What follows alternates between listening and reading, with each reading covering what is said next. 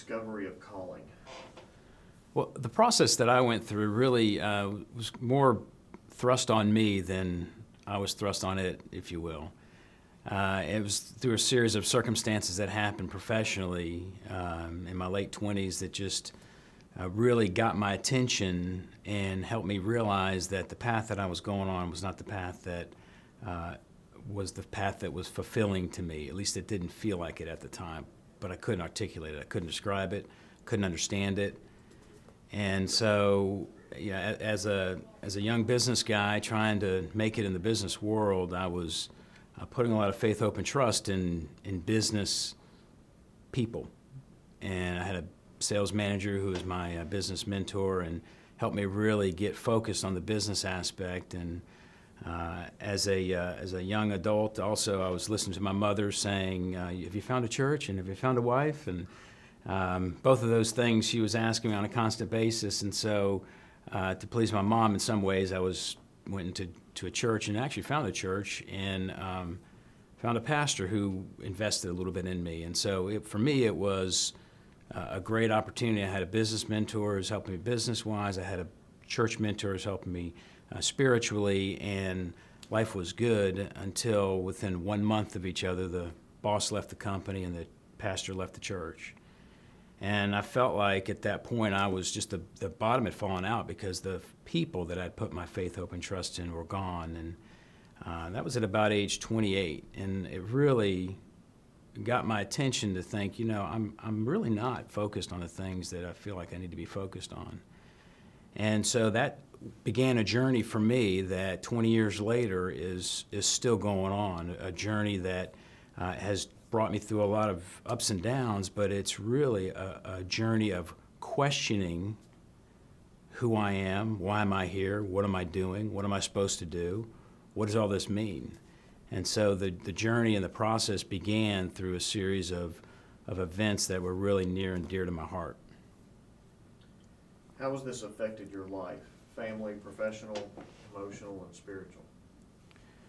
Well, the effect on my life has really been pretty profound because it turned a career from one career path to another. And so that in and of itself, in typical man fashion, you know, my career is my life, my job is my life, what I do was the way I identified myself. What this did was help me realize that my identity was really not in my job, but it was a little bit above that, if you will. In fact, I wasn't defined by my job, I was defined in other ways. And so what I was trying to do was figure out what those other ways were. And it wasn't the people around me who defined me, and it wasn't the church I went to or the family I grew up in, but it was a different definition. And so that process that helped me with the true definition of who I am and why I'm here was the path that led me to really discovering who I am and what I'm really good at and how to do that in my everyday life.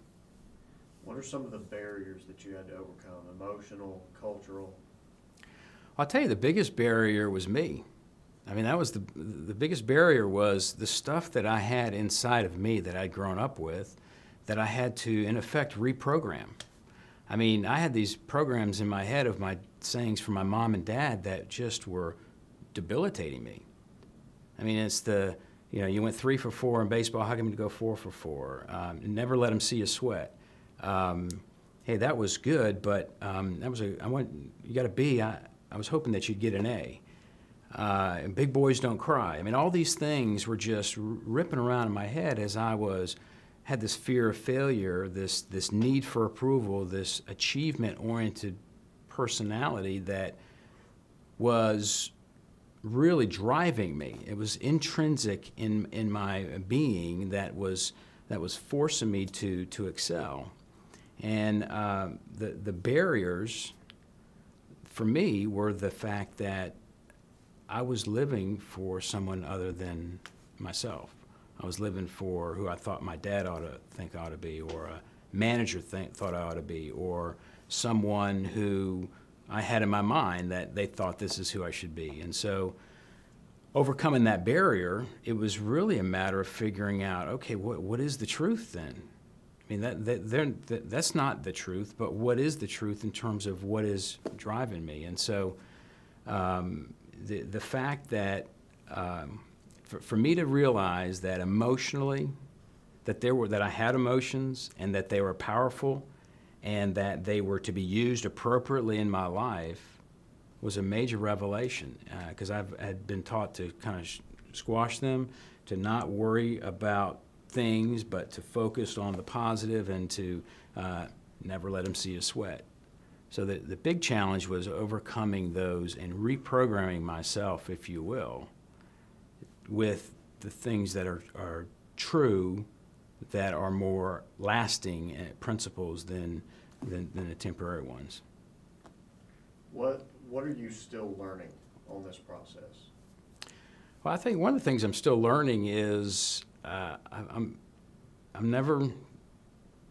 It's ongoing. I mean, the minute I think I've got it figured out, I don't. And so the learning is for me is to be okay with ambiguity, to allow things to happen that are happening, not because it's a c'est la vie, it's going to happen anyway kind of attitude, but more of, there's probably some bigger reasons things are going on than what I want to think that they are.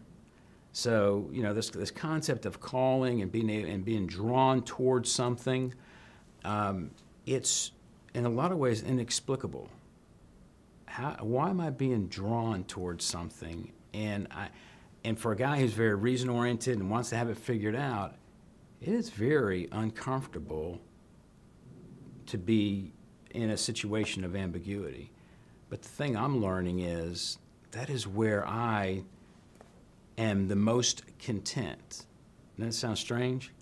I mean, I'm most content, even though I'm naturally one way, I find myself very content in the other way. And as I mentioned a minute ago, it's inexplicable because it doesn't make sense. But all I know is that when I'm in this area, call it the zone, call it whatever you want, of an area of where I have to take a step of faith, where I can't see where I'm going per se, I haven't got it all figured out, that is where I found to be the most content I am in where I believe God is calling me and leading me. What would you say to others who are on this journey? I'd say enjoy the ride. I mean, it's easy to say looking back over the years, but I think here's a couple things that I would say. This is because this is kind of the way I went about it. One is I would ask a ton of questions to as many people and to God and myself and everyone else as I can. And I would just ask and ask and ask and listen. And so, so I'd ask a ton of questions. The second thing is I'd figure out where do you hear things? Where are things revealed to you? So for instance, for me, I can listen to songs and I can get things start resonating in certain songs and things speak to me. I make notes and journal a lot, and so I can read that and make notes, and things get revealed to me through my written journal, typically about myself. My wife speaks to me, and I hear things through that as well, although sometimes the ego side of me doesn't want to believe it, but it's true. There's some things that she says that reveal to me things that I need to hear. So asking the questions and then listening in ways that to find how you learn and how you hear. And then the third thing I would suggest to someone is act on something. Try something out. You don't have to have it figured out, but try something and then see if it works. And then if it didn't, then try something else. And again, that's coming from a guy who likes to have it all figured out. So to be able to say that to me is, if you know me well enough, would know that there's a lot behind that, because when you try something, you're acting on the questions you ask and the things you listen to, you're acting on something and you're analyzing how well did that do? Did that work? Did that resonate? Did that feel good with me, with someone else? And am I able to really see that this might be where I'm